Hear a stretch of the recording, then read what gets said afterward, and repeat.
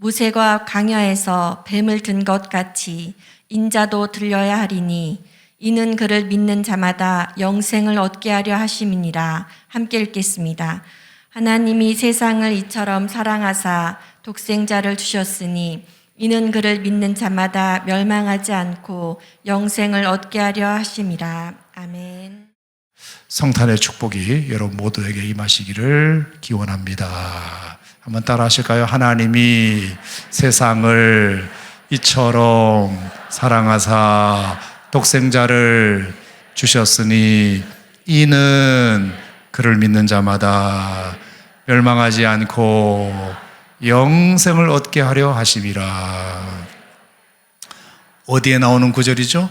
요한복음 3장 16절 말씀인데, 어릴 때부터 저도 들었고요, 어릴 때부터 암송했고요, 어릴 때부터 배운 노래이고요, 어릴 때부터 배웠던 율동이에요. 하나님이 세상을 이처럼 사랑하사 독생자를 주셨으니 누구든지 예수 믿으면 멸망하지 않고. 요 대목이 이제 서울 버전인데 제가 부산에서는 이렇게 배웠어요. 멸망하지. 조금 과격해 이게 좀. 그래서 차마 그건 못하겠고 제가 그냥 서울 버전으로. 확실히 서울 사람들은 신사적이다. 멸망하지 않고 영생을 얻으리로다. 요한복음 3장 16절 이렇게 했는데, 이렇게 중요한 말씀이고 이렇게 주옥 같은 말씀인데 가만히 제가 생각해 보니까 의외로 제가 설교를 이 본문 가지고 많이 못했다는 생각이 들었어요. 그래서 오늘은 작정하고 요한복음 3장 16절 가지고 제가 이제 말씀을 좀 함께 나누려고 하는데, 특별히 오늘 새가족분들이 몇 분 오셨으니까 그냥 하나님이 주시는 감동이 그냥 내 안에 들어오면 굳이 거부하지 마시고, 말이 되는데, 내게 어떤 느낌이 오는데 이런 마음이 드시면 그 마음을 그대로 받아들이시면 좋을 것 같아요. 오늘은 특별한 날이고 성탄의 아침이기 때문에 어떻게든지 나는 그냥 앉아 있다만 갈 거야 이렇게 하지 말고 그냥 좀 마음을 열고 마음의 허리띠를 풀고 하나님이 주시는 이 영적인 양식을 여러분이 그냥 받아들이시면 정말로 금생과 내생에 복이 있으리라, 그렇게 생각합니다. 저는 늘 그렇지는 않습니다만 그래도 어떤 선택은 때로 우리 인생에서의 작은 흐름을 바꾸기도 하지만 때로는 큰 흐름을 바꾸기도 한다고 생각합니다. 오늘 내가 누구를 만나느냐, 어디를 가느냐, 무엇을 하느냐, 어떤 메시지를 듣고 어떤 장면을 보느냐가 크게 영향을 주지 못하는 경우도 있지만, 어떤 경우에는 내가 누구를 만나느냐, 어디를 가느냐, 무엇을 하느냐, 어떤 메시지를 듣고 어떤 장면을 보고 무엇을 느꼈느냐는 내 인생, 남은 인생의 결정적인 모멘텀이 되기도 합니다. 어떤 경우는 그 결정적인 잘못된 선택 하나 때문에 인생을 돌이킬 수 없는 불행에 빠뜨리기도 하고, 어떤 결정적인 복된 선택은 그 선택 잘한 것 때문에 금생과 내생의 복이 되기도 합니다. 10년이 바뀌기도 하고 그 선택 때문에 20년이 바뀌기도 하고, 아니 평생이 바뀌기도 합니다. 자, 그런 점에서 저는 우리가 예수님을 구주와 주님으로 믿는 선택 역시 그러하다고 믿는데, 왜냐하면 여러분 잘 아시다시피 예수님께서 이 땅에 2000전에 오신 사건이 인류 역사에 가장 큰 영향, 공자나 맹자나 석가나 마호멧이나 소크라테스가 할 수 없는, 정말 누구나 다 인정하는, 그리고 그 시대를 살고 있는 정말 시대를 바꾼 역사가 예수님 탄생으로 말미암아 있었다는 것을 잘 아시지 않습니까? 예수님이 오시기 전을 BC라고 하고 예수님이 오신 이후를 AD라고 합니다. BC 하면 Before Christ입니다. 그리스도가 오시기 전이고, 아노 도미나이 AD 하면 주후, 예수님이 이 땅에 탄생하신 이후. 여러분, 어느 성현이 이 땅에 점 찍고 간 그 짧은 생애 때문에 33년밖에 안 사신 분인데 그분이 이 땅에 왔다 가셨다는 것 때문에 BC와 AD로 가르는 그런 성현이 예수님 말고 누가 있습니까? 그래서 인류는 새 역사가 시작되었고 인류의 역사가 총 얼마인지는 모르지만 어쨌든 간에 분명한 것은 예수님이 오시기 전 시대와 예수님이 오신 이후 시대로 나뉘어졌다는 것은 누구나 다 동의하는 겁니다. 자, 그렇다면 이 땅에 오신 그 예수님이 여러분의 인생에 한 번만 더 오실 수 있다면 저는 여러분의 인생도 예수님이 오시기 전 시대와 예수님이 오신 이후의 인생으로 나눠질 수 있다고 생각하는데 믿으시면 아멘 하시기 바랍니다. 여러분의 인생에도 다시 AD가 시작될 수 있다. 저는 그렇게 생각하고 오늘 그 결정적인 하나님의 시간이 되시기를 축복합니다. 여러분 예수 믿고 인생 바뀐 사람이 어디 한둘입니까? 세상 누구도 줄 수 없는 죄사함과 거듭남을 경험하고 천지를 창조하신 하나님의 자녀가 되고 천국의 백성이 될 뿐만 아니라 어리석고 두려움 많은 내 인생에 성령님이 내 남은 인생의 주인이 되어주셔서 이 세상 그 누구도 줄 수 없는 위로와 소망, 평안과 기쁨, 용기와 지혜를 얻고 사는 사람이 부지기수입니다. 여러분 이 변화를 어디에 내가 서울대학 입학한 것에 비하겠습니까? 어디 대기업에 취직한 것에 비하겠습니까? 연봉 좀 오른 것에 비하겠습니까? 땅값 오른 것에 비하겠습니까? 여러분 이것이 바로 복음의 능력, 예수 믿는 기쁨이라고 생각하는데 동의하시면 아멘 하시기 바랍니다. 자, 그런 점에서 성탄절이 우리 인류에게 주어졌다는 것은 얼마나 복된 것인지 모릅니다. 이 날이 있었기 때문에 그 예수님의 탄생과 함께 복음도 시작된 날이 되었고 그 날이 있었기 때문에 이 어두운 땅에도 진리와 은혜가 진리가 충만하게 되었고 이 날이 있었기 때문에 하나님이 세상을 사랑하시는 증거도 확실하게 우리가 볼 수 있었던 하나님이 우리를 사랑하신다고 하는데 어떤 걸 보고 증거 삼을 수 있느냐? 예수님을 이 땅에 보내신 것을 보고 우리는 증거를 삼을 수 있다는 것입니다.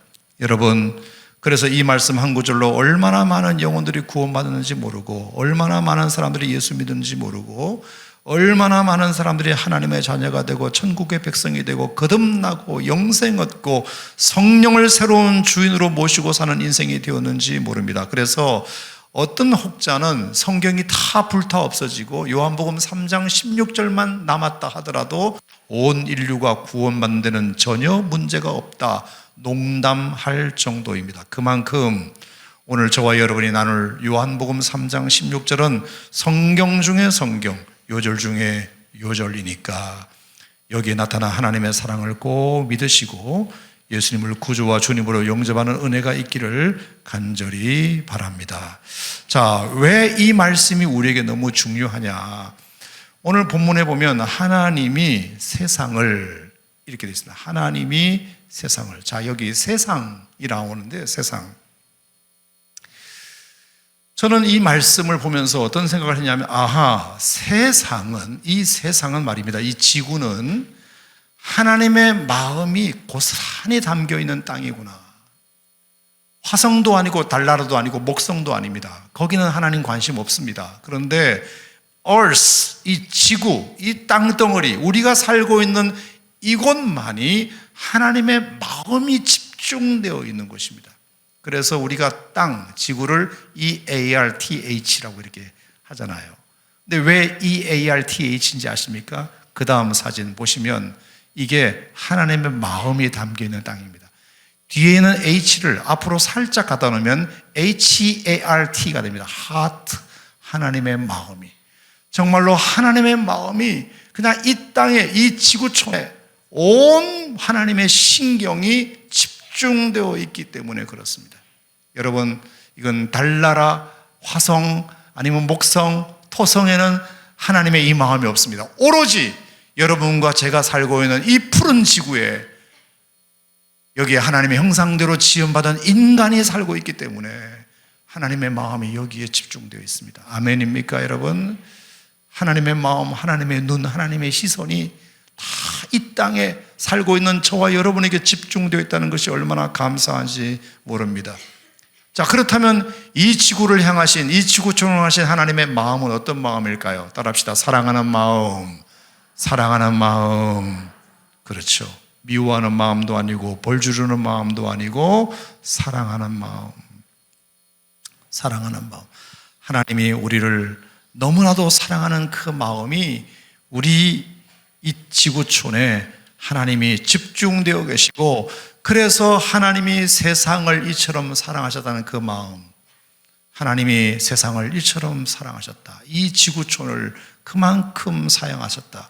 자, 그래서 우리가 이제 혹자는 이렇게 말합니다. 요한복음에 나타난 이 사랑의 근원은 하나님이시다.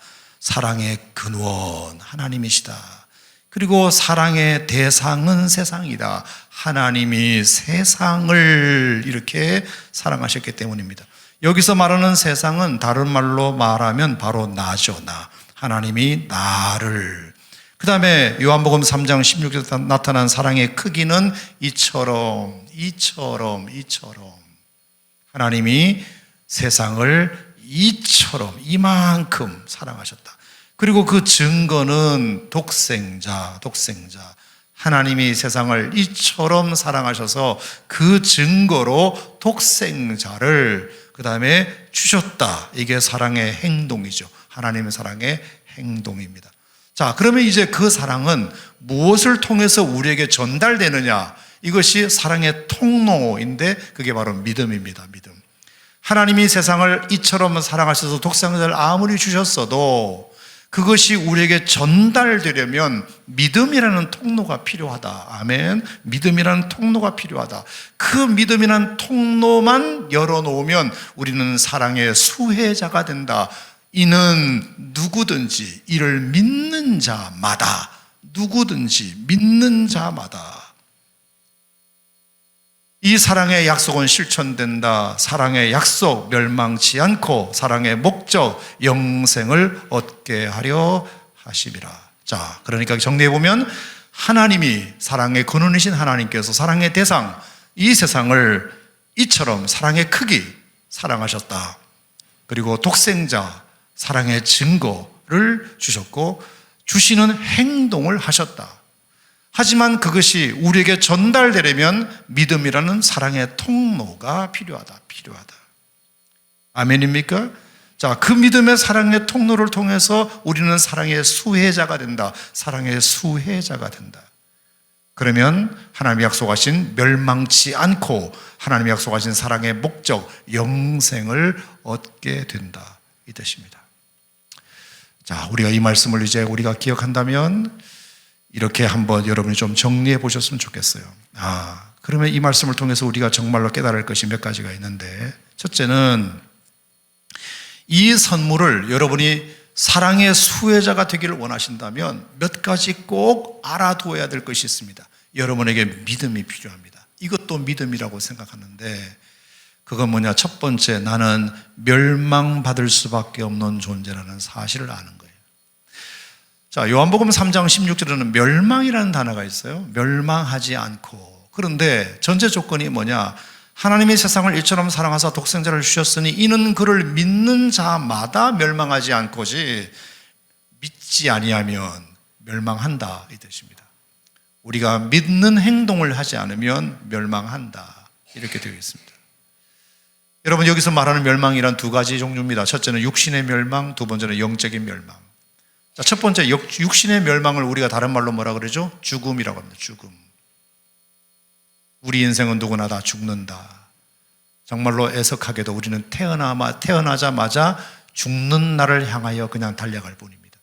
살면 살수록 수명이 늘어나는 것이 아니라 살면 살수록 그만큼 하루씩 줄어드는 운명 속에 우리는 살고 있습니다. 그래서 죽을 사자는 한일자에 저녁 석자에 비수비자 그랬잖아요. 어느 날 저녁에 비수가 나를 찌르는 겁니다. 그날이 그날인지 누가 알았겠습니까? 그냥 퇴근하고 차려주는 밥 먹고 테레비 켜서 소파에 앉아 테레비 보고 있는데 갑자기 열린 창문을 통하여 화살 하나가 날아와서 그냥 내 심장을 찌르는 것과 같은 것이 죽음이다. 누구도 예측할 수 없다. 순서가 없다. 그래서 망원경을 거꾸로 보면 가까이 있는 것도 멀리 보이지만 죽음을 그렇게 보면 안 된다. 망원경을 바로 봐야 된다. 멀리 있는 것도 코앞에, 눈앞에 잡힐 듯이 보이는 것이 그게 죽음이다. 죽음이다. 옛날에 우리가 땅 따먹기 같은 거 할 때 마당에서 친구들과 함께 큰 사각을 걸어놓고 그 다음에 기퉁에다가 이렇게 쳐놓고 3번 돌을 튕겨가지고 돌아오면 그것만큼 내 땅이 되는 거 해보셨잖아요. 그죠? 안 해본 것처럼 이렇게 가만히 앉아있지 말고 다 뭐 그 수준이 그 수준이죠. 자, 그러면서 금이 물렸니 안 물렸니 이러면서 그냥 치고받고 싸우기도 하고 뭐 그랬던 경험이 저에게도 있는데, 그렇게 치고받고 싸우면서 땅 따먹기 하다가 갑자기 저녁에 해가 니웃니웃 넘어갈 때 엄마가 종훈아 밥 먹자 이러면 어떻게 되죠? 그냥 가는 겁니다. 그냥 지워버리고 가는 거예요. 이거 내 땅 어떻게 내가 번 땅인데, 그것에서 미련 두지 않고 떠나갑니다. 자, 지금 우리 인생도 어떤 면에서 땅 따먹게 하고 있는 시간들입니다. 어떻게든지 좀 더 벌어보려고, 어떻게든지 내 영역을 넓혀보려고, 어떻게든지 내가 좀 더 높아져 보려고 아웅다웅 힘쓰고 있지만 하나님이 가자 그러면 그냥 놓고 가야 됩니다. 누구도 빈손 들고 가져갈 수 없습니다.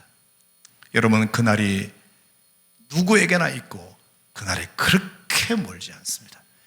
우리는 멸망당할 수밖에 없는 존재, 육신의 멸망이 우리 안에, 우리 앞에, 코앞에 있는 존재다. 그런데 죽어 끝나버리면 차라리 낫습니다. 그래, 에이, 죽어버리면 끝이니까. 근데 성경에 무슨 운명의 장난인지 이렇게 말합니다. 한 번 죽는 것은 사람에게 정해진 것이요 그 후에는 심판이 있다. 이 심판이 뭐죠? 우리가 생명부지하고 살았을 이 시간 동안에, 이 시공간 속에서 내가 무엇을 했는지에 대하여 하나님이 결산하신다는 겁니다. 결산. 천국과 지옥이라는 것이 있는데, 지옥은 죄 있는 사람이 가는 곳이고 천국은 죄 없는 사람이 가는 곳인데, 여러분, 누가 그 앞에서 나 떳떳하게 내 양심 바르게 살았다고, 하나님 앞에 나 천국 갈 자격이 충분히 있다고, 사람 앞에서야 거짓말할 수 있지만 하나님 앞에서 그런 거짓말을 할 수 있는 사람이 누가 있겠습니까? 누가? 없어요. 그냥 아마 지옥 가라고 말 안 해도 내가 알아서 갈 사람들일 뿐이에요. 저도 그렇고 여러분도 그렇고. 사람들이 모르는 죄가 있어요. 법적인 죄는 접촉이 안 됐다 하더라도 내 안에 있는 양심의 죄가 있습니다. 더더군다나 하나님 앞에서는 다 우리는 죄인입니다. 죄인입니다. 그 멸망받을 수밖에 없는 운명을 가지고 이 땅에 태어났습니다. 우리는 그렇게 살아가고 있습니다. 그래서 우리는 멸망받을 존재예요. 그건 다 우리의 죄 때문입니다. 죄 때문입니다. 의인은 없나니 하나도 없다 그랬습니다. 모든 성경은 하나님의 모든 인생은 죄를 범하였으며 하나님의 영광에 이르지 못한다 그랬습니다. 그 죄의 결과는 사망일 뿐이라고 말했습니다. 여러분 어떻게 생각하세요? 성탄절 참 좋은 날에 나오셨는데 여러분들에 대해서 죄에 대해서 말씀드려서 좀 죄송한데요, 이게 사실 우리에게 걸리는 부분이긴 합니다. 나 법 없이 살았는데, 나 양심껏 살았는데, 나 성실하게 땀 흘려 돈 벌고 살았는데 이상하게 교회만 가면 나를 죄인이라고 말하더라. 교회 참 좋아. 그래, 목사님 좋은 말씀도 듣고 그리고 이렇게 위로도 받고 기도도 하면 하나님이 응답해 주시고 참 좋은데 죄 얘기만 안 했으면 쓰겄다. 그런 분들이 계시죠. 근데 안 할 수가 없어요. 성경에 너무나 명백하게 나오는 부분이니까요. 이게 마음의 부담이 되시는 분들을 위해서 제가 그냥 이 얘기만 하나 하겠습니다. 요한복음이라는 성경책이 있는데요, 거기 8장에 보면 간음을 하다가 현장에서 붙들려 온 여자 한 사람 이야기가 나옵니다. 율법에 의하면 그런 여인이 발각이 되면 그냥 가차없이 돌을 들어 그 여자를 쳐 죽여도 좋다. 남자든 여자든 그래도 좋다. 이게 율법에 있나 봐요. 근데 어떤 여자가 그게 딱 현장에서 발각돼 가지고 예수님에게 막 끌려와서 내동댕이 쳐졌습니다. 그래서 예수님에게 물었습니다. 예수님, 율법에 의하면 이런 여자는 돌로 쳐 죽이라고 되어 있는데 어떻게 하시겠습니까? 동의하십니까? 그랬더니 예수님에게 좀 난감하게 됐습니다. 예수님도 모세의 율법을 모르는 바 아니기 때문에 그녀를 그래 그럼 그렇게 해 이렇게 해버리면 예수님이 그동안 보여주셨던 죄인을 살아가는 것에 대한 이미지가 크게 훼손되는 것이고 그냥 봐줘 그래 버리면 율법을 어겨서 계속 시비거리가 될 것이기 때문에 이러지도 저러지도 못하는 환경에서 예수님께 지혜를 발휘하셔서 하신 말씀이 뭐냐? 그래 그렇다면 너희 중에 죄 없는 자가 있다면 이 여자를 돌로 쳐도 좋아. 그 한마디. 죄 없는 자가 있다면 돌로 쳐도 좋아. 그랬을 때 놀랍게도 금방까지도 돌을 들고 있었던 그 사람들이 어른으로부터 아이까지 돌을 다 내려놓고 하나씩 다 뒤로 빠져나가게 됩니다. 제가 그걸 보면서 정리된 것이 하나 있습니다. 아하, 사람이 왜 자기가 죄인인지 모르느냐 하면 자기보다 못한 사람이 앞에 있을 때 내가 죄인인지 모르는구나. 죄인 앞에 있으면 나는 의인인 것 같이 착각하는구나. 하지만 우리가 시선을 돌려 예수님 앞에 서면 내가 죄인이라는 사실을 스스로 깨닫게 되는구나. 여러분, 성경이 말하는 죄는 비교 우위의 삶을 살아가고 있는 사람들에게 말하는 것이 아니에요. 법적으로 징역을 살아본 사람들에게만 해당되는 죄를 성경에서 언급하는 것은 아닙니다. 사람들 앞에서는 너가 의인인 척 보일 수 있지만 하나님 앞에 한번 서봐. 죄인 아닌 사람이 누가 있어? 모든 사람은 다 죄를 범하였고 의인은 없나니 하나도 없다고 했으니까.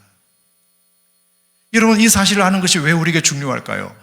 여러분에게 자꾸 죄라는 것을 강조하는 이유가 뭘까요? 여러분의 신세를 정확하게 알라는 그런 뜻보다도 그 다음 얘기를 하고 싶어서입니다. 내가 이렇게 죄인인 것을 알아야 하나님의 사랑이 얼마나 귀한지를 알기 때문입니다. 사랑의 감동은 모름지기 내가 충분히 사랑받을 만한 조건을 갖고 있다고 여길 때 느끼는 감정이 아니라 오히려 나는 정말 사랑받을 자격이 요만큼이라도 없는데라는 마음이 있을 때 느끼는 감정인 것처럼 하나님의 사랑도 나는 나의 죄로 인하여 멸망당할 수밖에 없는 존재인데 로마서의 표현을 빌리면 내가 연약할 때에, 내가 죄인 되었을 때에, 내가 하나님과 원수 되었을 때에도 하나님이 나를 사랑해 주셨네, 예수님이 나를 보내주셨네, 날 위해 십자가에 죽으셨네, 이걸 알아야 하나님의 사랑을 더 깊이, 더 감동적으로, 더 리얼하게 내 안에 받아들일 수 있게 되기 때문입니다. 여러분, 그래서 내가 죄인이라고 고백하는 것은 여러분이 부끄러운 존재라는 것을 알라는 뜻이 아니라 우리가 내가 죄인인 것을 고백하면 할수록 나는 받을 자격 없는데 하나님이 이만큼 나를 사랑해 주셨구나. 내가 죄인인 걸 고백하는 만큼 하나님의 사랑은 더 크게 내 안에 감동으로 와닿기 때문입니다. 내가 자격이 있지 이렇게 마음이 높아져 있으면 하나님의 사랑을 아무리 얘기해도 그게 감동이 덜한데 내가 이만큼 죄인인데 이런 마음이 들면 하나님이 나를 위해서 예수님 보내주시고 그분이 나를 위하여 십자가에 피 흘려주신 사건이 얼마나 깊이 절절하게 와닿는지 몰라요. 그래서 똑똑하고 배운 사람, 평소에 의롭게 사는 사람들이 오히려 이상하게 착한 사람들이 오히려 예수님을 잘 못 믿는 경우도 있어요. 근데 정말 내가 세상에서 누가 생각해도 내가 모자라고 내가 참 어리석은 사람이라는 것을 자타가 공인하는 사람들이 돌아서면 제대로 믿는 사람들이 많아요. 왜? 자기를 신세를 정확하게 아니까. 그만큼 마음이 낮아졌고 겸손하기 때문에 그런 것입니다. 여러분, 이것을 위해서 예수님께서 이 땅에 오셨고요. 크리스마스를 우리에게 허락해 주셨고요. 그리고 오셨을 뿐만 아니라 그 아들이 십자가에 달려 돌아가시게 되었습니다. 그게 사랑의 하이라이트죠. 하나님의 사랑의 하이라이트가 십자가죠. 여러분, 그래서 어느 교회든지 교회당 종탑 꼭대기에 십자가가 파란 불, 빨간 불, 흰 불을 켜고 있는 이유가 십자가가 언제부터 어떤 순간부터 이 기독교의 메타포가 되었는지는 모르지만 하나님께서 이 십자가를 통해서 우리에게 엄연하게 우리에게 말씀해 주시는 분명한 메시지는 두 가지가 있어요. 첫째는 십자가는 바라보면서 우리는 이런 걸 느껴야 돼요. 내가 얼마나 죄가 컸으면 하나님의 아들이 날 위해서 저렇게 십자가에 못 박히실 정도까지 됐을까? 내가 내 문제를 스스로 해결할 수 없으니까 죄 없으신 하나님의 아들이 나를 위하여 대신 죽어주시지 않으면 절대로 내 죄가 해결될 수 있는 방법이 없다는 뜻입니다. 그만큼 내 죄가 얼마나 컸으면 하나님의 아들까지 죽어야 할 정도였을까? 여러분, 이것을 꼭 알아야 되고요. 두 번째, 십자가를 통해서 우리가 기억해야 될 것은 하나님의 사랑이 얼마나 컸으면, 이 방법 저 방법 생각해 보시다가 그래, 내 아들 십자가에 피 흘려 죽음으로 말미암아 이들을 구원해야 되겠다. 여러분이 사랑의 극치잖아요. 사랑의 극치. 십자가를 통해서 우리는 두 가지, 내가 죄가 얼마나 컸으면 하나님의 사랑이 얼마나 컸으면. 그래서 십자가는 기독교의 상징물, 메타포가 되었어요. 사랑하는 성도 여러분, 우리가 이 사실을 받아들인다면 이제 그 사랑의 통로, 그 사랑의 통로를 여러분이 이제 여실 때가 됐다고 생각합니다. 하나님이 세상을 이처럼 사랑하사 독생자를 주셨다는 사실을 여러분이 믿으신다면, 아셨다면 이제 여러분 사랑의 통로를 활짝 열어 그 사실을 믿음으로 받아들이면 멸망치 않고 영생을 얻고 하나님의 자녀가 되고 천국 백성 되고 제사함 받고 거듭나고 성령님이 여러분 인생의 주인 되어지는 놀라운 기적이 일어날 줄 믿습니다. 사랑하는 성도 여러분, 오늘이 그날입니다. 이렇게 좋은 날이 어디 있어요? 성탄절이잖아요. 예수님이 이 땅에 오신 날이잖아요. 인류 역사 가운데 오신 날이잖아요. 그러면 한 번만 더 여러분의 인생에도 한 번 더 오셨으면 좋겠어요. First Incarnation, 첫 번째 성육신은 예수님이 2000년 전에 이 땅에 오신 사건이고, Second Incarnation, 두 번째 성육신은 뭐냐? 그 예수님이 내 안에 한 번 더 오시는 거예요. 내 안에. 그러면 여러분에게 기적 같은 일이 여러분의 인생에 일어나고 죄사함 받고 거듭나고 영생 얻고 천국 백성 되고 하나님의 자녀가 되고 성령님이 여러분 인생의 주인 되어주시는 그 놀라운 선물을 여러분이 받게 될 줄 믿습니다. 오늘 꼭 그날이 되기를 주의 이름으로 축원합니다. 축원합니다. 우리 잠깐 눈을 감고 한 2분간만 저에게 시간을 주셨으면 좋겠어요. 자, 오늘 요한복음 3장 16절을 여러분들에게 전해드렸습니다.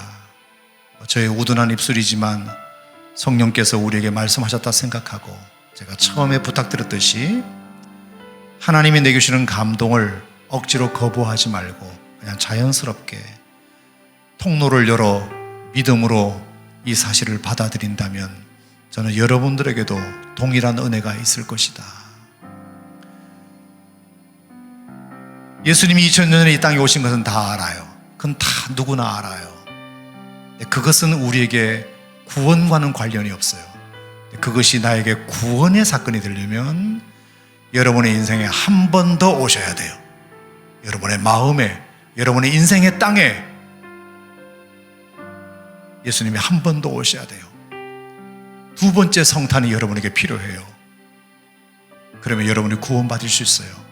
BC는 가고 AD가 시작될 수 있어요. 혹시 여러분 이 경험을 한번 해보시지 않으시겠습니까? 돈으로 살 수 없고 외모로도 안 되고 실력으로도 안 되는 오직 하나님의 은혜에 대한 믿음으로만 되는 하나님의 자녀가 되는 이 축복을 한번 받아보시지 않겠습니까? 혹시 오늘 새 가족들도 계신데 제가 그냥 무례하지만 한번 초대해 보겠습니다. 여러분 중에 혹시 내가 하나님의 자녀가 되고 싶다, 죄 용서받고 싶다, 다시 태어나고 싶다, 예수님을 나의 삶의 구주와 주님으로 꼭 영접해서 성탄이 이 땅에 오신 것뿐만 아니라 내 인생에도 한 번 더 오시게 하고 싶다, 내 인생에 이제 BC는 가고 AD가 시작되게 하고 싶다, 그런 분이 혹시 계시다면 제가 여러분을 위해서 기도할 생각이 있으니까요. 혹시 같이 오신 분 있으시면 손을 한번 잡아주세요. 하나님, 우리 이분에게 그런 은혜가 있게 해주세요. 손 한번 잡아줘 보세요. 손 뿌리치지 마시고요. 그냥 잡히면 잡히세요. 그냥 잡히세요. 여러분, 지금은 여러분 곁에 계신 누군가가 잡았잖아요. 근데 하나님이 여러분을 잡아주실 거예요. 하나님이 여러분의 손을 잡아주실 겁니다. 외롭지 않도록 어디를 가든지 하나님의 손잡고 동행해 주실 겁니다. 꼭 믿으시기 바랍니다. 자, 한 번 더 초청하겠습니다. 손 잡히신 분들, 내 마음의 구주와 주님으로 영접하고 하나님의 자녀가 되고 싶다 하시는 분 있으시면 한번 자리에서 일어나 보세요. 같이, 그냥 같이 일어나 보세요. 같이 손잡고 같이 일어나 보세요. 괜찮아요. 괜찮아요. 손잡고 같이 일어나 보세요. 일어나 보세요. 네. 부끄러운 것도 아니고 그냥 하나님 앞에 내 마음을 진솔하게 고백하는 거죠. 감동이 되시면 하세요. 괜찮아요. 괜찮아요. 네. 어떻게 하든지 상관없어요. 근데 이것만큼은 확실해요. 여러분이 지금 일어나셨잖아요. 하나님이 평생 여러분들을 일으켜 주실 겁니다. 이제 넘어지지 않도록, 쓰러지지 않도록. 넘어졌다가도 하나님이 다시 일으켜 주실 겁니다. 여러분, 그런 인생 한번 맛보고 싶지 않으세요? 네. 두고 보세요. 정말로 그런 일이 있을 테니까요. 한번 두고 보세요. 정말 하나님이 여러분 인생을 그렇게 손잡고 날마다 일으켜 주시는 축복을 받게 될 거니까요. 앉아 계셔도 상관없어요. 저는 그 마음을 알아요. 갈등도 있고 번민도 있고 부끄럽기도 하고,